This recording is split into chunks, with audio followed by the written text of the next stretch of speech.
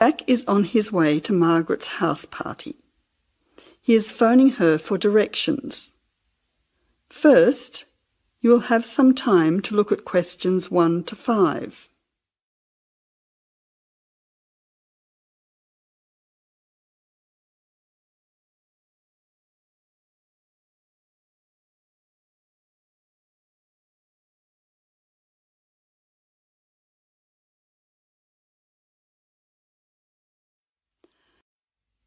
Now listen carefully and answer questions 1 to 5. Jack has got lost on his way to Margaret's party. He is phoning her for directions.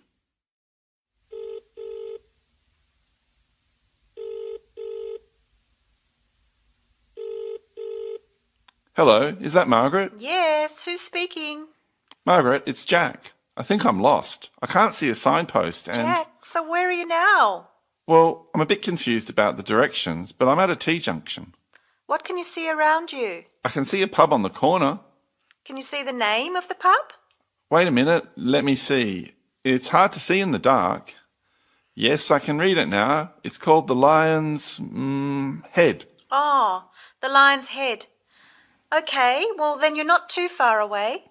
Go straight ahead through the traffic lights to the next T-junction. Sorry, I didn't hear you. What did you say? I said just go through to the next T-junction. Okay. Now what?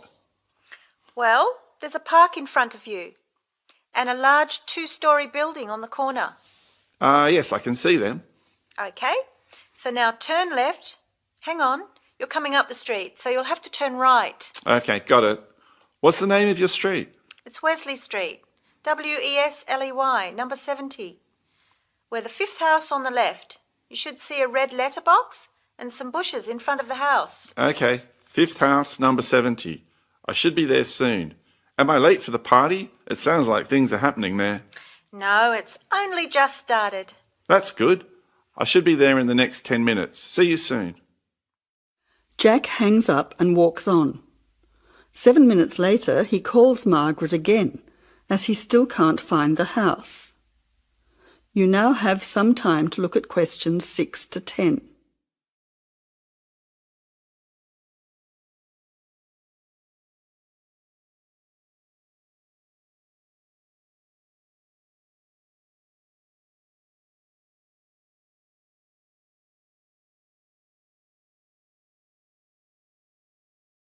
As you listen, answer questions 6 to 10.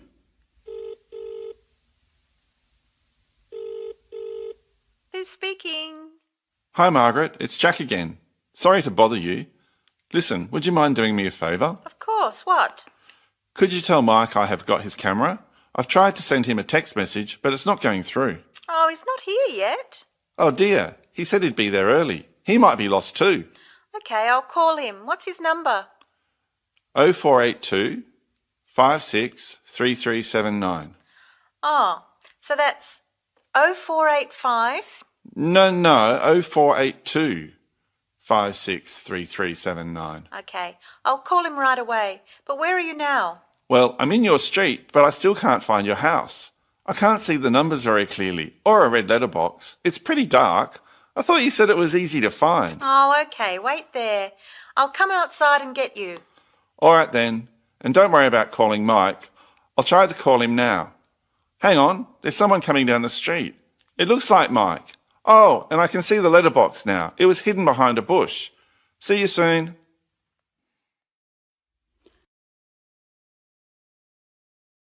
That is the end of part 1. You now have half a minute to check your answers.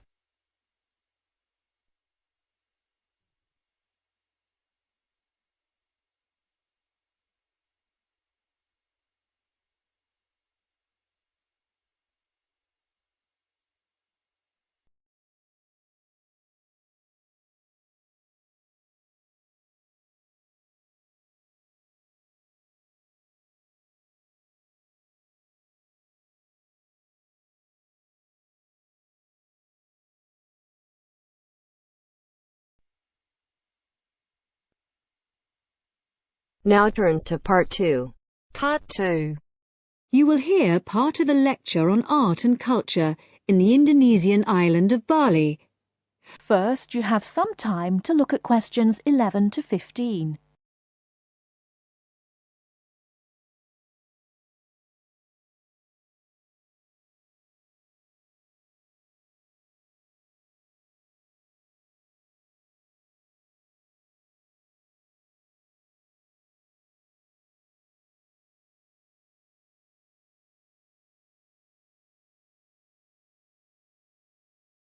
Now, listen carefully and answer questions 11 to 15.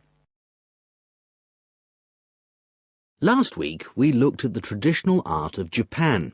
In this week's lecture, we're going to move south and look at the very special way in which art has developed in the beautiful island of Bali, which is now part of Indonesia.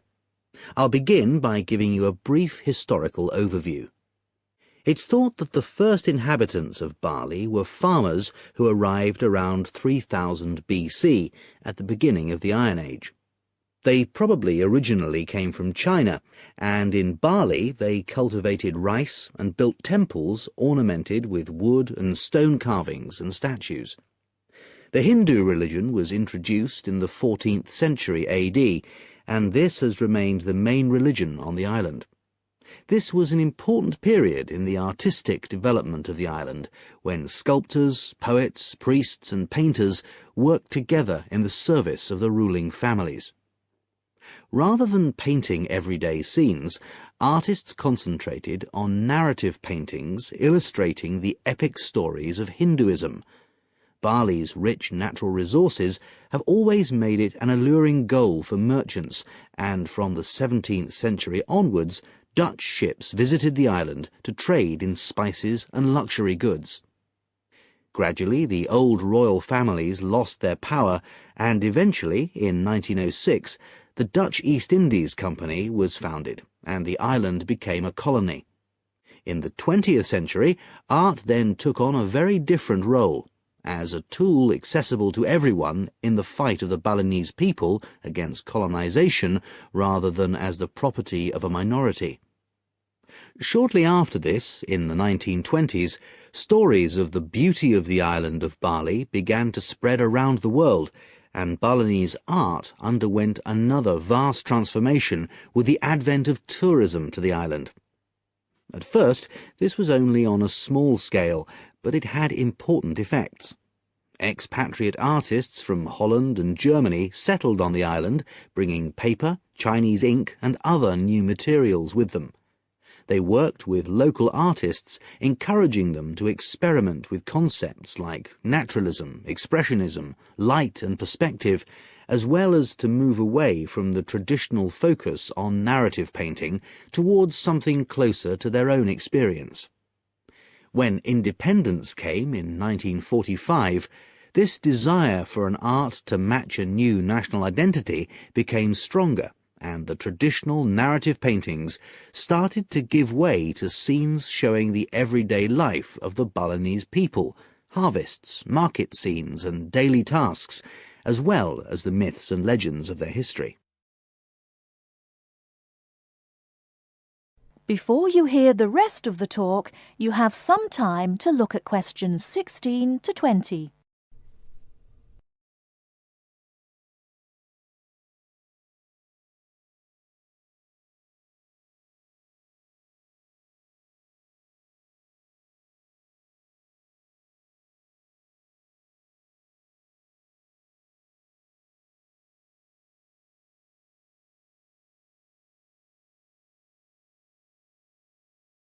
Now listen and answer questions 16 to 20. Many of the features that give this art its special place in the world today can be traced back to these historical roots. One feature that is rooted in the events of the last century is that today in Bali, the production and the appreciation of art is not restricted to a minority. In fact, there is a famous saying that in Bali, everyone is an artist. And it's not considered that to make art or talk about art, any formal training is needed. Art is just produced as part of Balinese life. Even fruit salad is served with flowers strewn on top. One factor which has contributed to this productivity is barley's fertility. Over the centuries, the rich soil and the fact that food and shelter are readily available has given the islanders the leisure to develop their arts. While painting, sculpture, carving and music have traditionally been the province of men, women have channeled their creative energy into making lavish offerings to the gods with spectacular pyramids of flowers, fruit and cakes offered at the temples on festival days and celebrations. All these kinds of art still have close links with the religion of the people and are something that people do on a daily basis. Another special characteristic of art in Bali is that it is not generally seen as an individual pursuit. In the West, art is often carried out by the artist on his own, reflecting his own individual worldview in the hope of achieving personal wealth and fame. For Balinese artists, art is something that's done as a group, and many artists may participate in one piece of work. And Balinese art is not restricted to temples and offerings. It decorates objects such as jackets, motorcycles, hotel menus, and so on. But perhaps the most significant characteristic of Balinese art, and one that distinguishes it most from the art of the West, is to do with its expected lifespan. Carvings are made in soft stone, which is gradually destroyed over the years. The humid climate rots paper and cloth paintings. The magnificent offerings of fruit and sweets are eaten. Wooden statues are destroyed by insects. But Balinese artists accept that their work is ephemeral, not permanent, and instead of slavishly preserving the originals, they produce new art. And all this rebuilding, renovating and replacing means that the island's art continually evolves and perpetuates itself. That is the end of part 2. You now have half a minute to check your answers.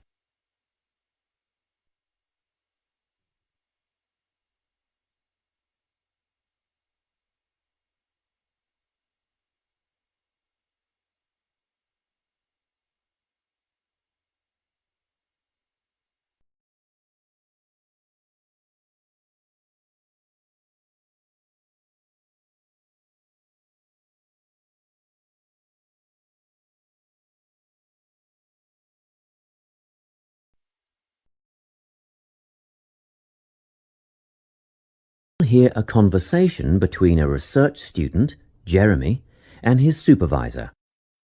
They are talking about the process of having a research project published in a journal. First, you have some time to look at questions 21 to 25.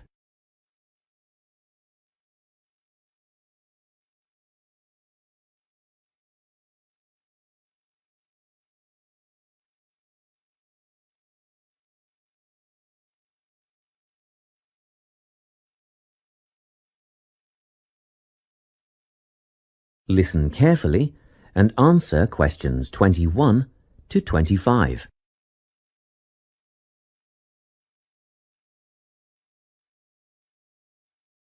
So, you're nearly ready to submit your article to an academic journal, are you? Yes, I think so. I just wanted to go over all the things I need to do before I submit it. And then I wanted to go over the submission process with you. Great. So, firstly, you need to write an abstract. Make sure it's short and concise. Of course. I forgot all about that. And what about key words? Yes, a lot of students overlook this part and just jot down whatever comes to mind. But take some time to make a list of key words that are accurate and relevant. Okay. Another thing. Could you have a look at my article before I submit it?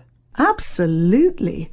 Actually, at least 2 senior staff members should always read through a final draft before submission.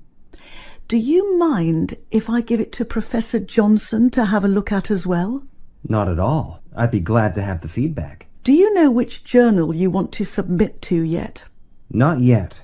I have a short list of about 3 that I'm interested in.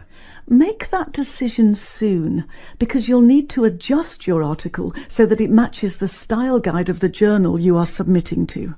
I bet that can take a while. Yes, but after that you are just about ready to submit. One more thing, you'll have to sign the copyright form, just confirming that it's your own work, and then you're good to go. Before you hear the rest of the conversation, you have some time to look at questions 26 to 30.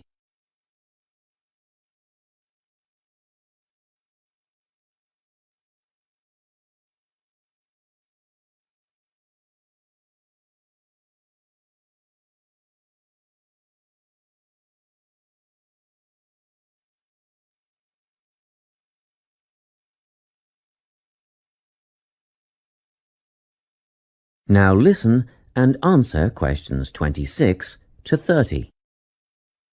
Now, the submission process. How does it work exactly? Well, the first thing is to just send it off. You've got to send in the manuscript before anything else can happen.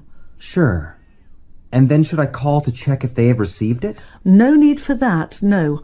All you have to do is just log on to your email regularly, because you will get a submission confirmation once they have processed the manuscript. And that will have comments on what they thought of it? No comments yet. That email is just to let you know they have received it. The next stage is what is known as peer review. This is when experts in the field review your manuscript and decide whether to accept it. They'll never accept me. I'm only a master's student. Don't worry about that, Jeremy. It's all done through a double-blind method. That means that whoever reads your manuscript has no idea whether you are a grad student or a Nobel Prize laureate. They'll only be judging your work, not you. Well, that's good to hear. And then what, once they've made their decision? Well, there are 4 possible outcomes. You might get an acceptance, but a first-off acceptance is very, very rare. Don't pin your hopes on it. You could also get a rejection, but these don't happen very often either. I don't think this will be a problem. What do you think I'll get? If you're very lucky, you'll get a conditional acceptance. This means that they've accepted the article and it will be published, but you need to tweak a few things first. A sentence here, a heading there, nothing major. That sounds good. But to be honest, you will probably end up with a revise and resubmit. This means they are definitely interested, but you will need to rework the paper before it's accepted. The necessary changes will be outlined by the reviewers. Okay. So I just fix the things that need changing and present it again? Yes, but include a cover letter that discusses the changes you have made. The same goes for a conditional acceptance, actually. It helps the reviewers see that you've taken their criticism seriously. That is the end of part 3. You now have half a minute to check your answers.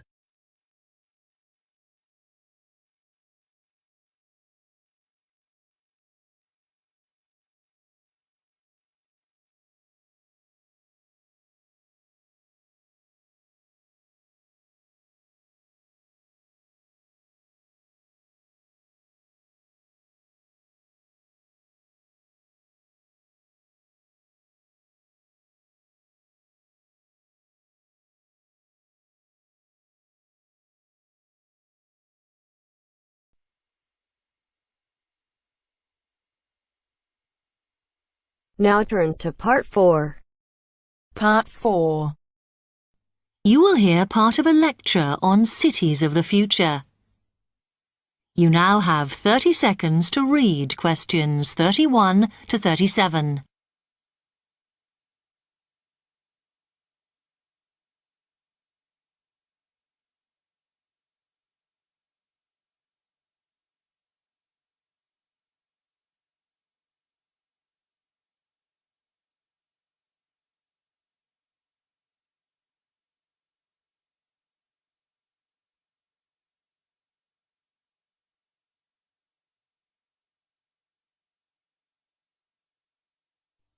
OK, we've been looking at how societies will develop in the future and at the increase in the size of cities. So I want to talk to you today about the key considerations in these cities of the future.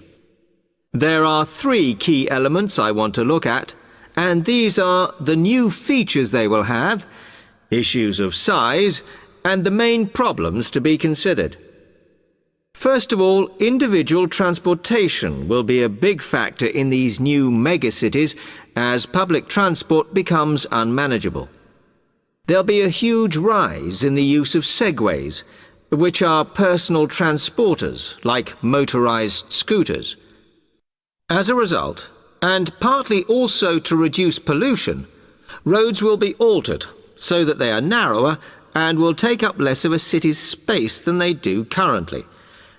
Naturally, this is a major change to the infrastructure, and something that may hinder it is the huge amount of investment it will require. The next thing is, what is going to happen to the commercial areas? We do not want these to become even larger concrete jungles than they are at present, so we have to look at design. And current designs for city development include building gardens on the roofs of these buildings to make a more pleasant environment for workers. And you may think that these areas will expand to cope with increased commercial activity. In fact, the prediction is that they will cover 1/5 of the area that they do at present as we build upwards. The exception to this is shopping centres, which we predict will expand with more and more temperature-controlled malls. What may cause difficulties is that the superstores will be confined to the outer edges of the city, as they will be too big to fit into the new malls. Then, of course, there are the residential areas, and these will undergo their own changes. One particular development will be houses which are built from glass, as innovations in this material allow it to provide light without causing problems with temperature inside a building. The residential areas will not be allowed to expand without limit, as happens in some areas at present, and their size will be restricted to a population of 15,000. One issue, which has yet to be resolved, and I'm not sure it ever will be, is how we manage to house older residents. They will be increasing in numbers as time goes on. Finally, how will these cities live? We know we have limited energy sources, so what will we do? Well, something currently in development, which will be a feature, is that waste is going to become an energy source. For example, to provide gas in homes. Also, as new technology and systems are developed, we will find that energy plants will become smaller. Another energy source we could use, but one which raises issues of having enough space and too much noise, is wind farms. Because of the problems, I'm not convinced these will be the grand solution to our energy problems that we thought they were going to be. You now have 15 seconds to read questions 38 to 40.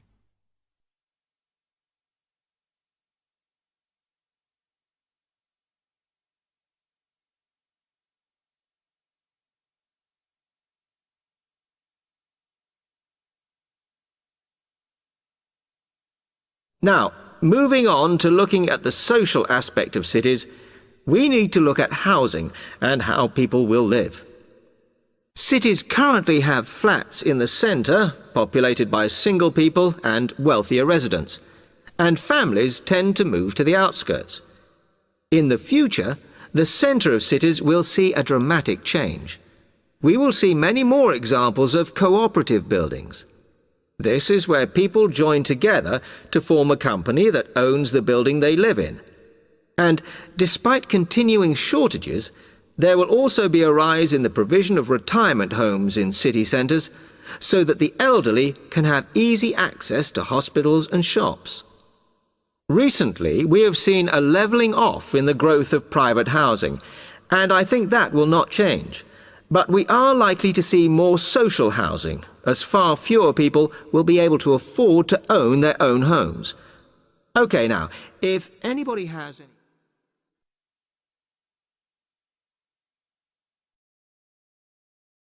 That is the end of part 4.